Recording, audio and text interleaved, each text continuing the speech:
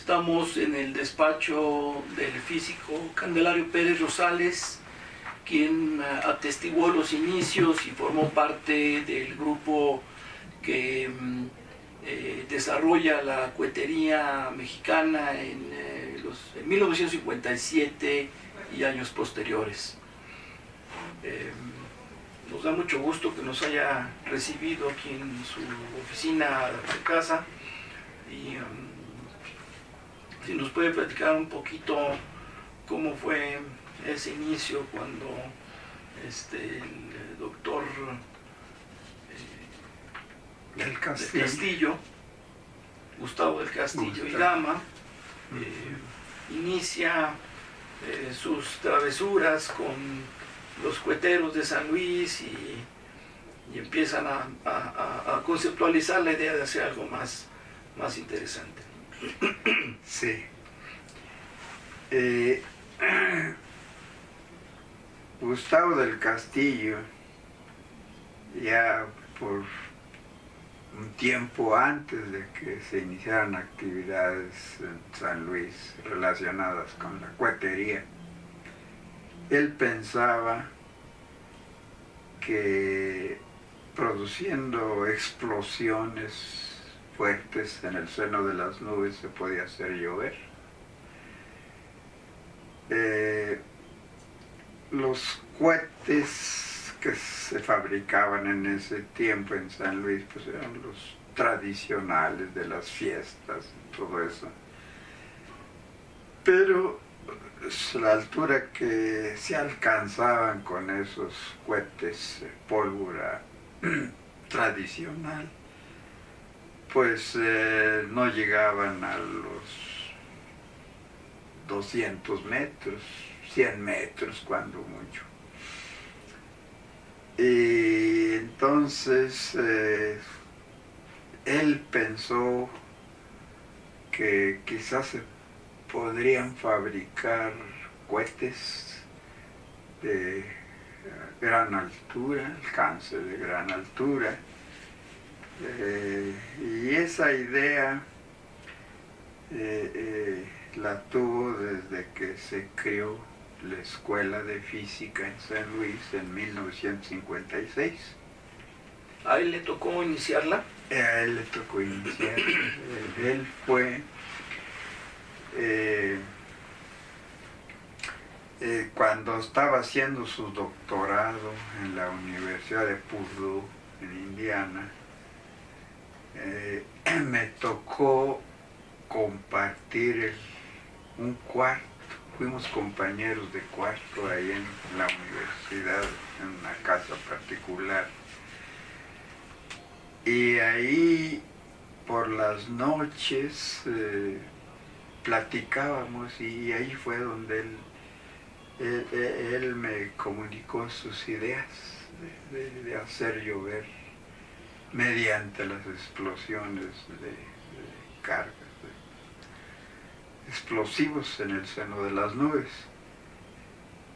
Pero otra idea más importante era regresarse a San Luis y crear una escuela de física y simultáneamente un instituto de física para hacer investigación. Como estuvimos de compañeros de cuarto, él me invitó, dice, si me voy a San Luis, usted me apoyaría. Y desde luego que acepté. Yo estaba a punto de terminar mi licenciatura en física. Él se había doctorado en física y en la Universidad de Purdue. Él era, el doctorado lo hizo en física nuclear. Cuando él, en el 54, él se regresó a San Luis y inició trámites para la creación de la Escuela de Física, del Instituto de Física, y pues hizo un trabajo de tipo burocrático buscando apoyo por aquí y por allá. Y cuando yo terminé mis estudios, me regresé a San Luis para apoyarlo en estas actividades académicas de él. Entonces yo terminé licenciatura, pero pensaba iniciar la maestría. Lo suspendí. La idea era suspender los estudios de maestría y de doctorado en Estados Unidos. Me regresé a San Luis. Se suponía que iba a ser temporal. Sí. Pero regresando yo a San Luis, se puso en marcha la escuela de física. Él enseñaba, se dedicaba a la enseñanza de la física, yo de las matemáticas. Y juntando nuestras ideas, pues le dimos forma a la escuela, invitamos a algún otro profesor para dar ciertas clases como el inglés, la filosofía y todo eso que se llevaba en esa escuela. Así que la escuela se puso en marcha en marzo de 1956. Y en esos primeros años, en 56, ya empezó a darle vueltas a la idea de construcción de cohetes desde entonces. Y la construcción de cohetes se hizo realidad al año siguiente, en el 57. Se trabajó desde principios de año del 57. Era un cohete y se pensó impulsado por combustible sólido, porque era más sencillo en cuanto a la construcción y el funcionamiento. El combustible que se pensó en utilizar era a base de azufre y zinc en polvo, en una mezcla de 25% de azufre en polvo y 75% de zinc. Hicimos pruebas, funcionó muy bien. Este combustible no era explosivo, se podía manejar con mucha seguridad para iniciar las actividades. Así que se buscó el apoyo de un mecánico para la construcción así del cuerpo del cohete de acero inoxidable para altas presiones, eso sí. Y el mecánico pues ya se construyó el cohete con una tobera para acelerar la velocidad del escape de los gases que se formaban. Tenía una altura de 1,70 m en total el cohete, con 3 aletas para el control del vuelo, estabilización del vuelo. Se construyó una torre de lanzamiento. Eso se hizo aproximadamente a 15 kilómetros, una prueba de una torre para el lanzamiento de los primeros cohetes. en un municipio que se llama todavía Soledad. En aquel tiempo Soledad Díez Gutiérrez, le han cambiado el nombre, pero sigue llamándose Soledad. 15 kilómetros de la periferia de San Luis, cerca, relativamente cerca. Se estableció esa torre ahí y eso se utilizó para instalar un riel de lanzamiento de los cohetes. Todo salió como estaba planeado, no hubo ninguna dificultad. Así que el primer cohete exitoso que se lanzó fue el 25 de diciembre de 1957. Se subió unos 2.500 metros. Ah, caray. Sí, comparado con los 100 metros de los cohetes. Sí, salió disparado pero no estábamos seguros, pues se dio un tronido, no estábamos seguros si había salido el cohete o no. Pero pues, no estaba en la torre el cohete y esperamos y nada del regreso del cohete, ¿no? En las alturas.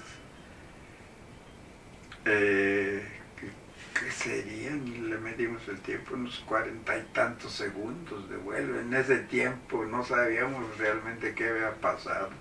Cuando cayó el cohete, desde luego que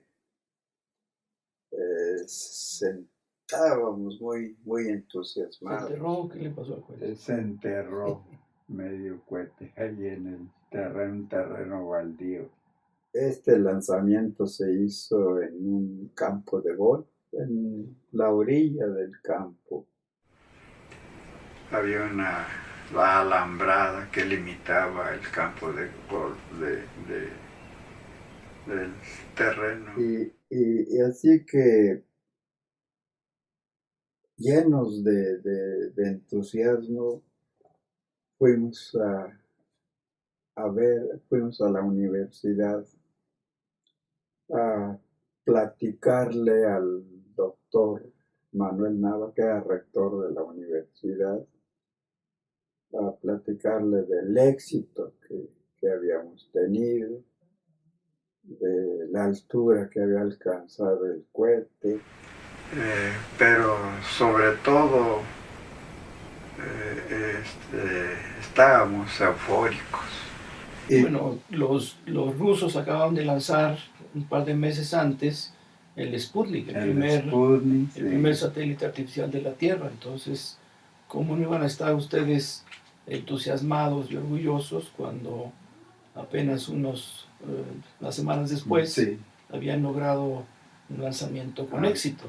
De hecho, cuando pusieron en órbita el Sputnik primero, nosotros estábamos trabajando en la construcción del cohete, experimentando. Cuando fuimos a ver al rector, estábamos eufóricos y el rector hizo un comentario, dijo: no les creo. Y dice: hoy es 28 de diciembre, Día de los Inocentes. Eso mató nuestro entusiasmo. Sí, fue una coincidencia, ¿no? Ya le platicamos detalles y todo eso, y desde luego que se convenció de eso. Y esos fueron los inicios de la experimentación con cohetes. Entonces el cohete se lanzó el 28 de El diciembre. 28 de diciembre Ok. del 57. ¿Llevaba instrumentación? No, ese primer cohete llevaba una nariz que nosotros le decíamos. En la punta del cohete estaba una cámara vacía que iba a ser para, en primer lugar, alojar un paracaídas. Porque antes de empezar ya lo que podría ser la investigación científica, necesitamos recuperar la instrumentación que llevarían los cohetes del futuro intactos, recuperar intacto todo eso. Pero había que probar el paracaídas, el mecanismo de disparo del paracaídas. Lo construimos utilizando un paracaídas real que había caído, un globo sonda que había caído en Chihuahua. Uno de los alumnos era de Chihuahua y él dice, pues por allá, por mi tierra cayó un paracaídas. Y utilizamos esa tela. Una costurera nos hizo el favor de fabricar el paracaídas. Y pues nada más le íbamos dirigiendo. Pero ese primer cohete no llevaba paracaídas. Eso ya fue otra etapa, o sea, la segunda etapa. Ya esa cámara vacía que estaba en la punta del cohete se alojó, ahí se alojó el paracaídas, pero además entre la cámara del paracaídas y el cohete en sí, que era la cámara de combustión y todo eso, se instaló un disparador automático del paracaídas. De tal manera que cuando llegara a su altura máxima y al dar la vuelta el cohete, se disparara el paracaídas y funcionó. Pero eso fue que sería unos 3 meses después del primer cohete. Este cohete subió a menor altura, unos 2.000 metros. De nuevo, el cohete salió perfectamente bien de la torre de lanzamiento y se perdió de vista. Como cuando llegó el cohete a su altura máxima, dio la vuelta como estaba previsto, pero a esa altura no se veía el cohete.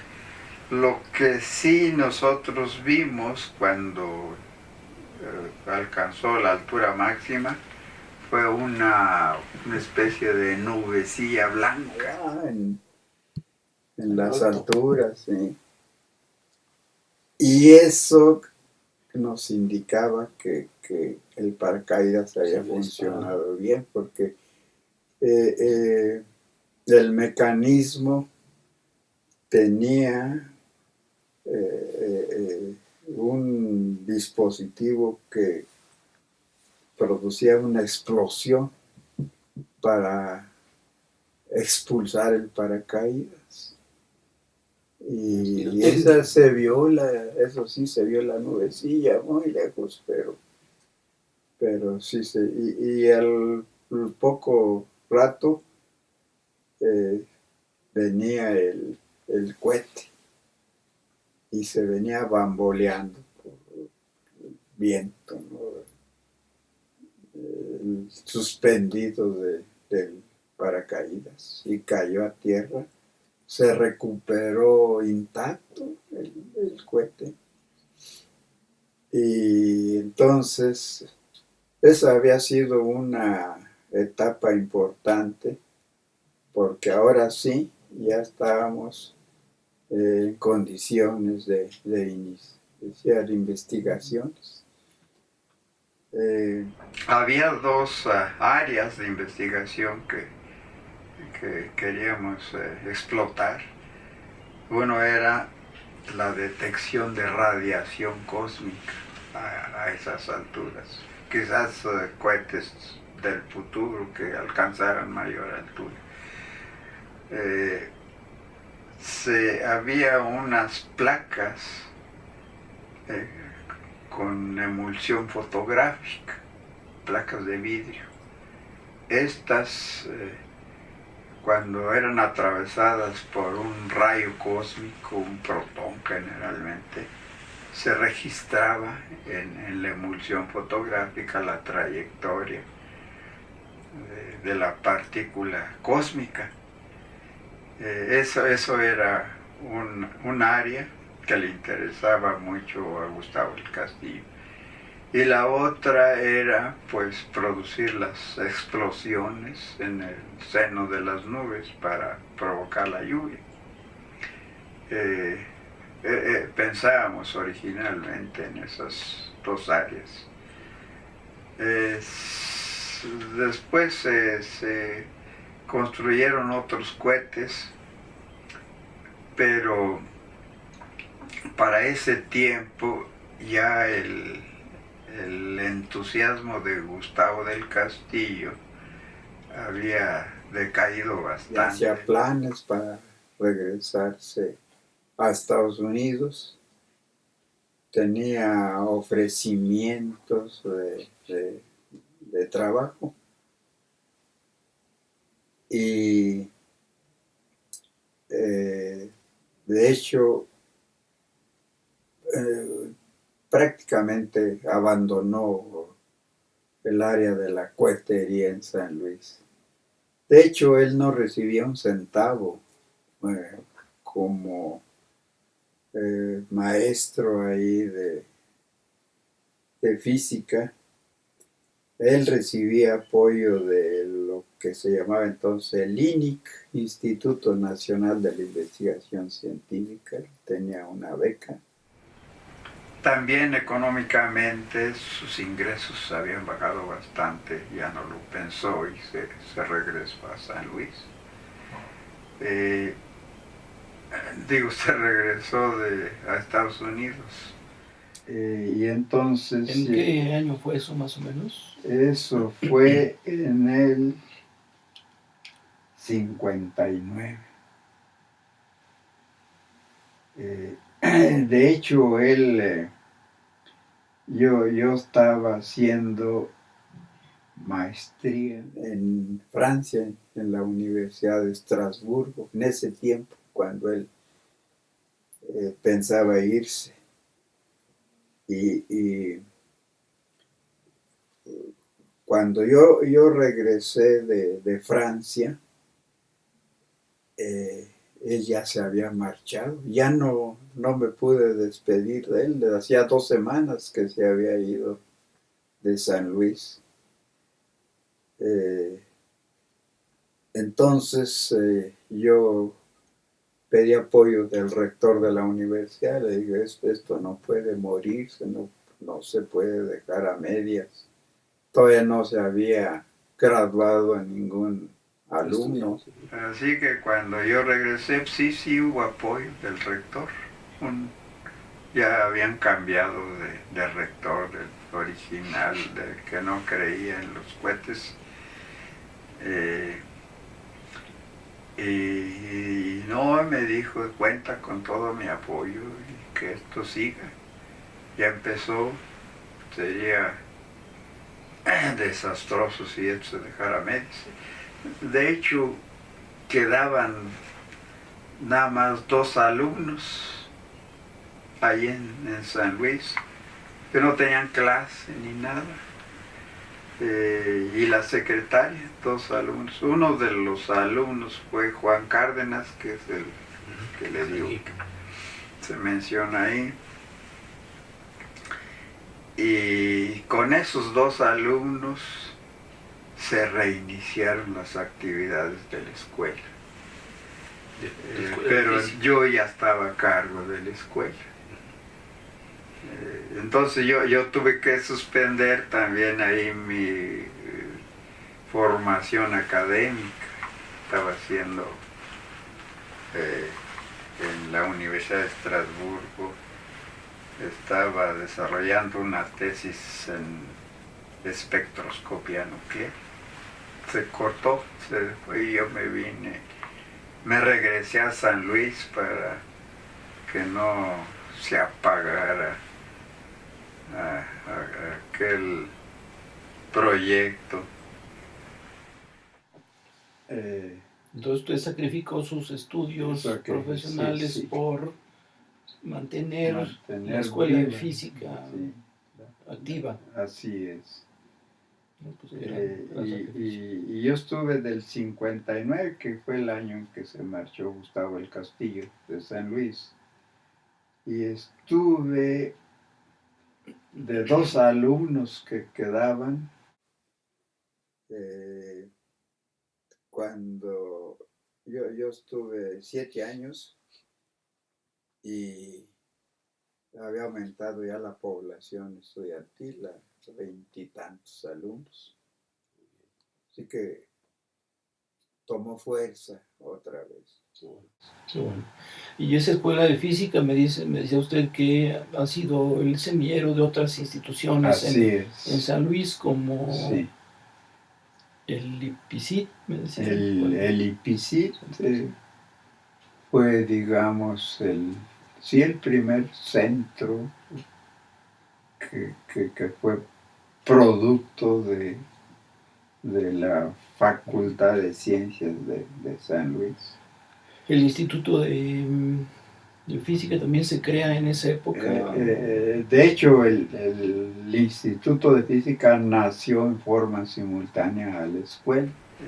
Aunque no había gente formándose, pero sí se hacía investigación. O sea, los mismos profesores sí, Gustavo del Castillo continuó trabajando en radiación cósmica.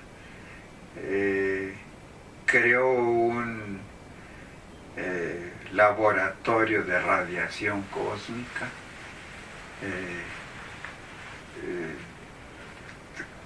Construyó todo con sus propias manos, el equipo. En aquel tiempo había poco, comercialmente no se conseguía nada de eso, había que fabricarlo todo, ¿verdad? Y creo que esos equipos todavía están por ahí en San Luis. Entiendo que hay se hizo un museo de ciencia, sí, y a cargo del doctor Refugio Martínez. Así. Quedan restos de ese equipo. Ese era lo que queda, es la parte electrónica para controlar el funcionamiento de una cámara de niebla que se llamaba, y ahí utilizando esa cámara se detectaba la radiación cósmica. Claro. Por ahí quedan fotografías de las primeras que salieron, donde se ven trayectorias de partículas de radiación cósmica, partículas alfa, partículas beta,